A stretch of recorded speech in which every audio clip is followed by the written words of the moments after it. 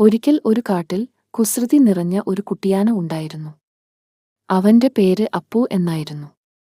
അപ്പുവിന് കളിക്കാനും ഓടാനും മറ്റു മൃഗങ്ങളെ ശല്യപ്പെടുത്താനുമായിരുന്നു ഏറ്റവും ഇഷ്ടം.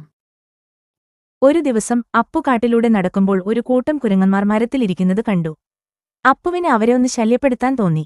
അവൻ തന്റെ തുമ്പിക്കൈ ഉയർത്തി ഉറക്കെ ചിന്ന് വിളിച്ചു. പെട്ടെന്നുള്ള ശബ്ദം കേട്ട് കുരങ്ങന്മാർ പേടിച്ച് മരത്തിൽ നിന്ന് ചാടി നിലത്ത് വീണു. ചിലർ നിലവിളിച്ചുകൊണ്ട് ഓടിപ്പോയി. ഇത് കണ്ട് അപ്പു ഉറക്കെ ചിരിച്ചു.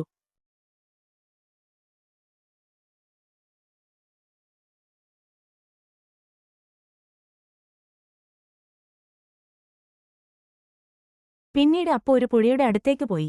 അവിടെ ഒരു കൂട്ടം താറാവുകൾ നീന്തുകയായിരുന്നു. അപ്പു പതിയെ പുഴയിലേക്കിറങ്ങി തന്റെ തുമ്പിക്കൈ കൊണ്ട് വെള്ളം ശക്തിയായി തെറിപ്പിച്ചു. വെള്ളം ദേഹത്ത് വീണതും താറാവുകൾ പരിഭ്രാന്തരായി ചിതറിയോടി. അപ്പോഴും അപ്പു ചിരിച്ചുകൊണ്ട് നിന്നു. അങ്ങനെ ദിവസവും അപ്പു മറ്റു മൃഗങ്ങളെ ഉപദ്രവിക്കുന്നത് പതിവാക്കി. അവനൊരു വികൃതിയായ കുട്ടിയാനയാണെന്ന് എല്ലാവരും പറഞ്ഞു. ഒരു ദിവസം അപ്പു തനിച്ചിരിക്കുമ്പോൾ ഒരു മുയൽക്കുട്ടി കരയുന്നത് കേട്ടു. അപ്പു അടുത്തേക്ക് ചെന്നു. ഒരു വലിയ കല്ലിന്റെ അടിയിൽ മുയൽക്കുട്ടിയുടെ കാൽ കുടുങ്ങിയിരുന്നു. അവന് വേദന കൊണ്ട് കരയാൻ പോലും വയ്യായിരുന്നു. അപ്പുവിന് മുയൽക്കുട്ടിയെ കണ്ടപ്പോൾ സങ്കടം തോന്നി. അവൻ പതിയെ തന്റെ തുമ്പിക്കൈ കൊണ്ട് ആ കല്ല് ഉയർത്താൻ ശ്രമിച്ചു. കുറച്ചു പ്രയത്നത്തിനു ശേഷം കല്ല് അനങ്ങി.